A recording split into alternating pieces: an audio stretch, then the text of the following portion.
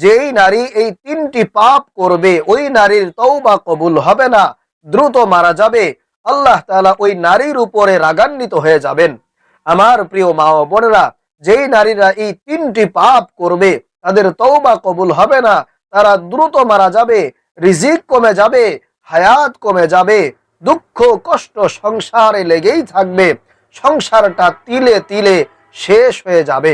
কারণ এই তিনটি পাপ এতটাই জঘন্য, এতটাই মারাত্মক, এই পাপগুলো যারা করে আল্লাহ পাক রব্বুল আলামিন তাদেরকে ঘৃণা করেন, অপছন্দ করেন। নাউযুবিল্লাহ। প্রিয় মহিলা মা ও বোনেরা, আল্লাহ পাক রব্বুল আলামিন কোরআন আল কারীমের মধ্যে খুবই চমৎকার ভাবে বলে দিয়েছেন, ওয়াজারু যাহিরাল ইসমি ওয়া বাতিনা। আল্লাহ তাআলা বলেন, তোমরা গোপন পাপ এবং প্রকাশ্য পাপ থেকে বেঁচে থাকো। তোমরা গোপনেও পাপ করো না এবং প্রকাশ্যেও পাপ করো না। আল্লাহ পাক রব্বুল আলামিন পাপ করতে, গুনাহ করতে নিষেধ করেছেন। প্রিয় মা ও বোনেরা, এই তিনটি পাপ যদি আপনারা কখনো করে থাকেন তাহলে আপনার সংসার শেষ হয়ে যাবে, আপনার হায়াত কমে যাবে, দ্রুতই আপনি পৃথিবী থেকে বিদায় নিয়ে চলে যাবেন। এজন্য সাবধান থাকবেন, এই তিনটি পাপ কখনোই করবেন না।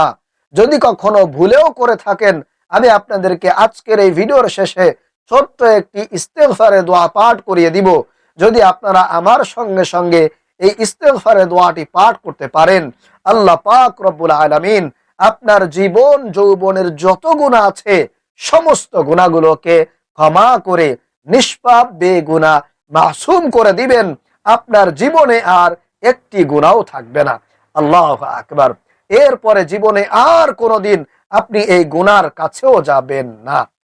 প্রিয় মা ও বোনেরা, তাহলে চলুন আমি আপনাদেরকে আজকের এই ভয়াবহ তিনটি পাপ সম্পর্কে জানিয়ে দেই।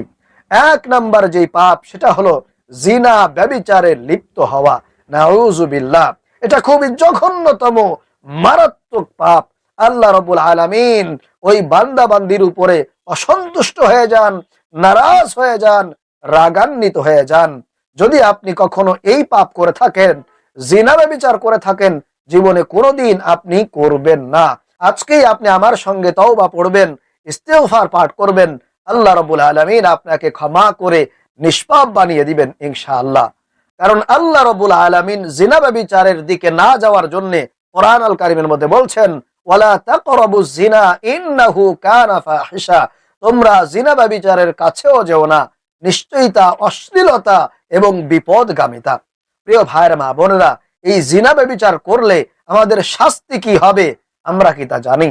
আল্লাহ রাব্বুল আলামিন কোরআন আল কারীমের মধ্যে বলছেন, যদি কোনো যুবক যুবতী অপকর্মে লিপ্ত হয়, জিনা ব্যভিচারে ধরা খায়, তাহলে প্রকাশ্যে জনসম্মুখে যুবককে 100 বেতের আঘাত মারতে হবে এবং যুবতীকেও 100 বেতের আঘাত মারতে হবে। এবং যেই ব্যক্তি এই বেতের আঘাতটা মারবে ওই ব্যক্তি তার পুরা শরীরের সমস্ত শক্তি দিয়ে বেতের আঘাত মারতে হবে। আর যদি কোনো বিবাহিত নারী পুরুষ পরকীয়ায় লিপ্ত হয় এবং সে ধরা খায়, তাহলে প্রকাশ্যে জনসম্মুখে সেই নারী পুরুষকে মাঠের মধ্যে নিয়ে এসে একেবারে বুক পর্যন্ত মাটির নিচে গেড়ে ফেলে দূর থেকে পাথর নিক্ষেপ করে করে তাদেরকে হত্যা করতে হবে। রজমের নিয়ম চালু করতে হবে। যতক্ষণ না পর্যন্ত তাদের মৃত্যু নিশ্চিত না হবে ততক্ষণ পর্যন্ত তোমরা পাথর মারতেই থাকবে, মারতেই থাকবে। প্রিয় ভাইরা মা বোনেরা, কি ভয়াবহ শাস্তি আল্লাহ রাব্বুল আলামিন রেখে দিয়েছেন। এজন্য সাবধান থাকবেন, জীবনে কোনোদিন জিনা ব্যভিচার করবেন না, ধারে কাছেও আপনি যাবেন না। যদি কোনোদিন ভুলেও এরকম কাজ আপনি করে থাকেন, তাহলে আজকে আমি আপনাদেরকে তাওবা পড়িয়ে দিব, আপনারা পাঠ করবেন, তাহলে আল্লাহ রাব্বুল আলামিন ক্ষমা করে দিবেন।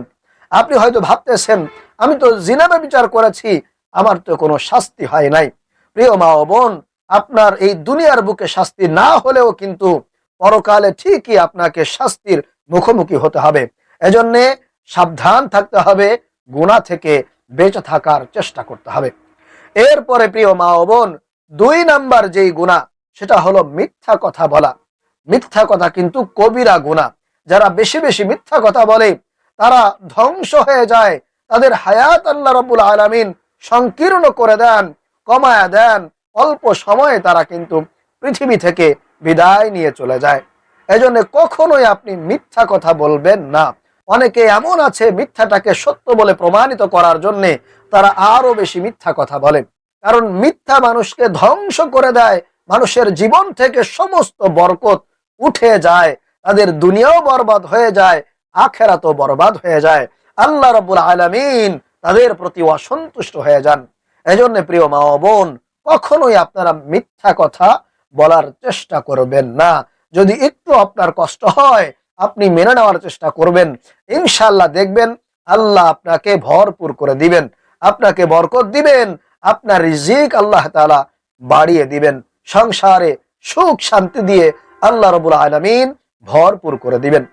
তাহলে প্রিয় মা ও বোন, এক নম্বরে জীবনে কোনোদিন জিনা, ব্যভিচারে, পরকীয়ায় লিপ্ত হবেন না। দুই নম্বরে কখনো মিথ্যা কথা বলার চেষ্টা করবেন না। সব সময় সত্য কথা বলবেন এবং সত্যটাকেই সমাজের মধ্যে প্রতিষ্ঠা করার চেষ্টা করবেন।